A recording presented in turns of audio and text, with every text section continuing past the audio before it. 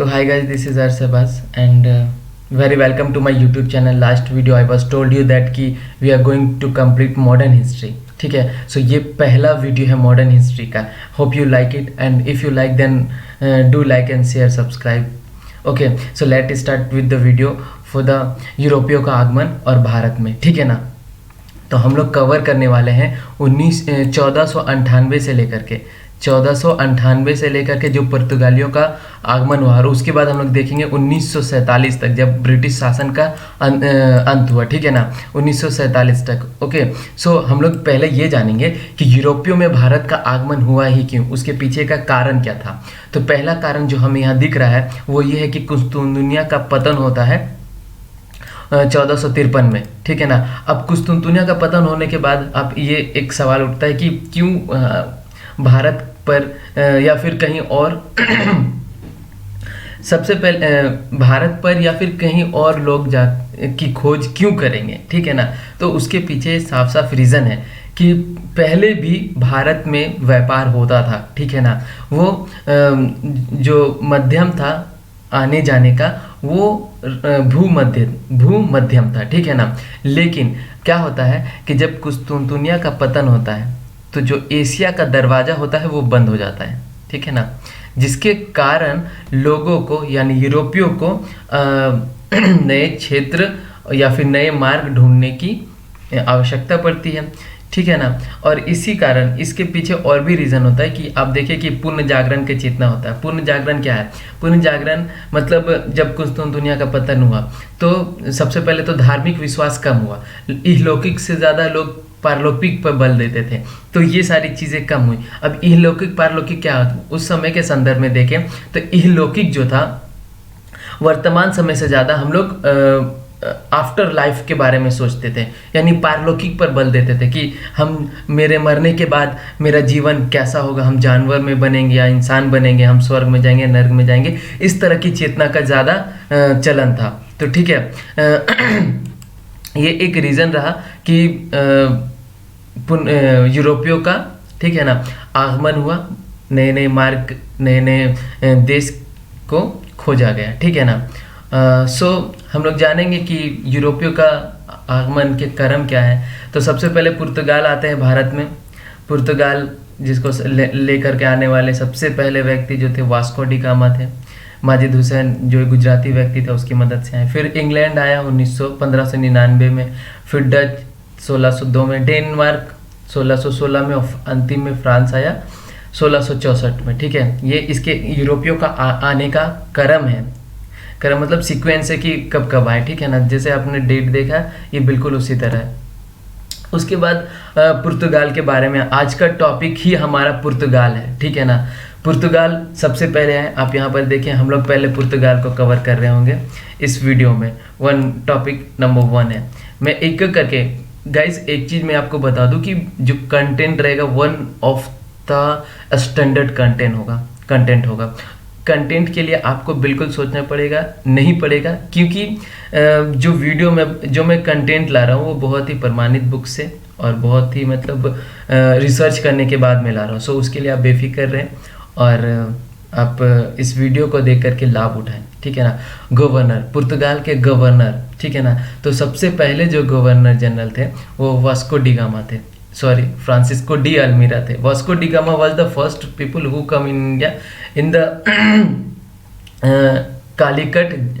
That time was rule in जमीरून. Okay, so उस समय के संदर्भ में जमीरून शासक था. ठीक है, तो फ्रांसिस्को डी अल्मीरा जो थे वो पहले यूरोपीय गवर्नर थे पुर्तगाल के. उन्होंने 2 काम किए. ठीक है, उसके कार्य ये है ब्लू वाटर नीति. अब ब्लू वाटर नीति क्या है देखो, इसमें क्या होता था, हिंद महासागर से पास होने वाले जितनी भी शिप होते थे, ठीक है ना, व्यापारिक शिप हो या फिर व्यवसायी शिप हो या फिर निजी शिप हो, किसी भी टाइप का शिप हो, तो उस ब्लू वाटर नीति के तहत पुर्तगालियों को उसका टैक्स देना पड़ता था, पास बनाना पड़ता था. लाइक इस तरह आप समझे, जैसे कि आप एक राज्य से दूसरे राज्य जाते हैं तो आपको टूल टैक्स देना पड़ता है. ठीक है ना, उसी तरह हिंद महासागर में जब भी कोई शिप आती या जाती थी तो उसको वहाँ पर टूल टैक्स, जिसको हम लोग ब्लू वाटर नीति कह रहे होंगे, उसे कहते थे. फिर हॉर्मुज जो एक द्वीप था उस पर अधिकार किया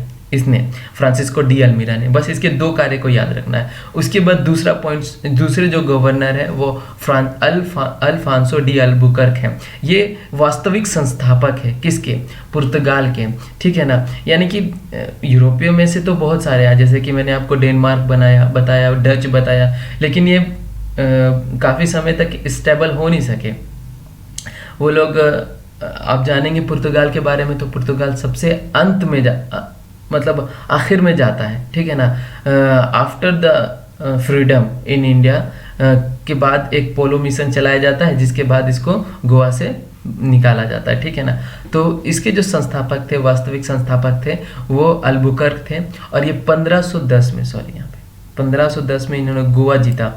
उस गोवा पर उस समय शासन हो रहा था नादिर शाह से, ठीक है, नादिर शाह, ठीक है। सो नादिर शाह से इन्होंने गोवा को जीता। फिर भारतीय स्त्रियों से विवाह करने के लिए प्रेरित किया। इसके पीछे का साफ साफ रीज़न ये था कि वो चाहते थे कि जो उसका जो व्यक्ति है वो भारतीय महिला से शादी करे और उससे अपना संतान बढ़ाए अपने निजी फायदे के लिए, ठीक है ना। सो उन्होंने भारतीय स्त्रियों से विवाह करने के लिए भी प्रेरित किया और सती प्रथा पर रोक लगाई। यानी आप कह सकते कि सोशल रिफॉर्म्स किए। सती प्रथा जो एक कुप्रथा थी भारत में, उसे उस पर रोक लगाया। और फिर जो तीसरे जो इम्पोर्टेंट है, जो अहम है, नीनो डी कुन्हा, ठीक है ना। ये मीनू हो गया, I am so sorry, this have to Nino de Cunha जो थे वो तीसरे पुर्तगाल गवर्नर थे जिन्होंने दमन द्वीप पर अधिकार किया। नॉट दम, उस समय ये दमन नहीं होता था, ओनली दीव होता था, ठीक है ना। सो ये दीव पर अधिकार किया, गोवा को अपनी राजधानी बनाया और हुगली में सेंट टॉम बस्ती का निर्माण किया। सो ये आपको तीनों गवर्नर के कार्य हैं, ठीक है ना। ये तीनों गवर्नर को आप रट्टा मार लें, एकदम जैसे पढ़ना है पढ़ लें, क्योंकि मैंने इस बार जेपीएससी के भी क्वेश्चन में मैंने इस बार देखा है कि इसमें से क्वेश्चन आए थे। और वो क्वेश्चन था कि भारत में प्रिंटिंग प्रेस का विकास किसने पहले बार किया था। तो पहला विकास इन पुर्तगालियों के द्वारा किया गया था गोवा में 1516 के दरमियान में, ठीक है ना। 1500 कुछ था, मैं एग्जैक्ट अभी भूल रहा हूँ थोड़ा, तो ये था उसका डेट। उसके बाद पुर्तगालियों का योगदान देखो, आप यहाँ पे देख रहे होंगे कि पुर्तगालियों को मैं सबसे पहले मैंने इसी चीज़ को लिखा हूँ कि प्रिंटिंग प्रेस का निर्माण हुआ, क्योंकि मैंने इस बार जेपीएससी में इसे बहुत साफ तरीके से देखा था और मैंने उसे सही भी किया था। तो ठीक है, प्रिंटिंग प्रेस का निर्माण, तंबाकू, मक्का और आलू, इसका भी देन, ये जो मतलब इसके जो बीज थे वो पुर्तगाल से आए। फिर ईसाई धर्म का जो विस्तार होता है, फिर गिरजाघर का निर्माण होता है, यूरोपीय चित्रकला की झलक, ठीक है ना। यूरोपीय चित्रकला और गॉथिक शैली। ये गॉथिक शैली क्या होता है, मैं आपको एक थोड़ा सा एग्जांपल देके समझा पाऊँ अगर, तो सपोज दैट एग्जांपल देके, पहले तो ये एक स्क्वायर टाइप में आप देख लें, ठीक है। ये सपोज दैट एक स्क्वायर है और उसके बाद ना यहाँ पर इस तरह का ये है। तो ये जो आकार जो बन रहा है ना, इसी को हम लोग गॉथिक शैली कहते हैं, ठीक है ना। तो गॉथिक शैली का निर्माण हमें मिलता है देखने के लिए, किससे मिलता है, तो हमें देखने के लिए मिलता है पुर्तगालियों से, ठीक है। नेक्स्ट उसके बाद हम लोग आगे बढ़ते हैं, तो उसके बाद यस, हाँ, सो पुर्तगालियों का पतन का कारण। अब देखो कि जब उसका मतलब वो इतने समय तक भारत में रहा, फिर काफ़ी जगह को जीता, अपने बस्ती का निर्माण कराया, तो उसके बाद फिर इसका पतन भी होगा। तो पतन होने का कारण ये है कि इन्होंने धार्मिक असहिष्णुता, देखो भारत में ये जो धर्म शब्द है ना वो बहुत ही ज़्यादा संवेदनशील है, बहुत मतलब सेंसिटिव है। तो इस पर जब भी कोई भी अगर कुछ कहता है तो उसे बचना चाहिए। मुझे ऐसा लगता है कि धर्म के प्रति आप कुछ भी कह रहे हो तो उससे आपको बहुत बहुत बचना चाहिए, खास करके उन सबको जो बौद्धिक लोग हैं, क्योंकि इनसे कंट्रोवर्सी आप पर बहुत ज़्यादा बढ़ जाती है, ठीक है ना। सो धर्म पर आप कभी भी किसी के, चाहे अच्छा हो या बुरा, आप नहीं कह सकते, ठीक है ना, क्योंकि ये आस्था का विषय है और विश्वास पे ही दुनिया कायम है। जैसे कि पृथ्वी एक अक्ष पर कायम है, अपने अपने जो स्थान है उस पर घूम रही है।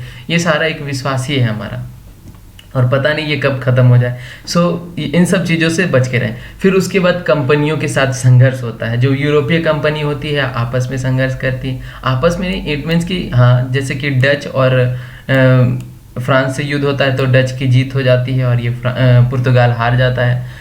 डच और पुर्तगाल के बीच में होती है तो ये डच जीत जाता है, पुर्तगाल हार जाता है। उसके बाद मैंने आपको बताया था कार्टेज बरमुंडा काफिला। ये क्या है? कार्टेज बरमुंडा एक टैक्स पद्धति है, ठीक है ना। टैक्स, जैसे कि हमने बताया आपको पहले कि एक राज्य से दूसरे राज्य में जाने के लिए आपको टोल टैक्स देना पड़ता है, ठीक उसी प्रकार जो है आपको यहाँ पर कार्टेज बरमुंडा काफिला के नाम से इसको जाना जाता है, जिसमें एक शिप को हिंद महासागर से आने जाने के लिए टैक्स कर देना पड़ता था। फिर यूरोप लूटमार की पद्धति, जिससे क्या होता है कि इन्होंने, पुर्तगालियों ने अपनी दुश्मन की संख्या को बढ़ा लिया, ठीक है। वो कैसे बढ़ाया? अब लूट मार करेगा, चाहे वो हुबली में कर रहा हो या फिर मसूलीपट्टनम में कर रहा हो, किसी भी स्थान पे कर रहा हो, तो जहाँ पर भी करेगा तो वो उसका दुश्मन बढ़ेंगे और इससे उसकी दुश्मन की संख्या बढ़ी, ठीक है ना। सो ये कंप्लीट पुर्तगाल का आगमन हो गया। उसके मैंने रीज़न बता दिए, योगदान बता दिए, उसके गवर्नर बता दिए। बस इसके अलावा और आप कभी भी क्वेश्चन देखेंगे तो इनके द्वारा इसके अलावा और कहीं से क्वेश्चन ही नहीं आया, चाहे आप 10 साल का रिसर्च कर ले या फिर 15 साल का। Okay, so hope you like this video and this is R Shahbaz. मैंने अपने जो यूट्यूब चैनल है, मैंने इसका जो पीपीटी है, जो पीडीएफ है, वो मैं अपने टेलीग्राम पे डालूंगा। ओके, सो अगर जो भी इंटरेस्टेड है वो मेरे टेलीग्राम में आए, ज्वाइन करें। मैं वहाँ पर आपको ये पीपीटी या फिर जो भी है पीडीएफ में आपको वहाँ पे प्रोवाइड करूँगा। और अंतिम में जाते जाते एक सुबह की शुरुआत होने से पहले ये कोटेशन आपके लिए, खोल दे पंख मेरे कहता है परिंदा, अभी और उड़ान बाकी है। खोल दे पंख मेरे कहता है परिंदा, अभी और उड़ान बाकी है। ज़मीन नहीं है मंजिल मेरी, अभी पूरा आसमान बाकी है। So hope you guys you like this video, and if you like then do like, share and subscribe। और मैं इसके बाद काफ़ी अच्छे वीडियो लाने वाला हूँ। कंटेंट के लिए एकदम नहीं सोचना पड़ेगा आप लोग को, you can trust me guys. मैं आपको एकदम स्टैंडर्ड कंटेंट दूंगा, very standard. So please do like, share, subscribe. Thank you so much for watching this video.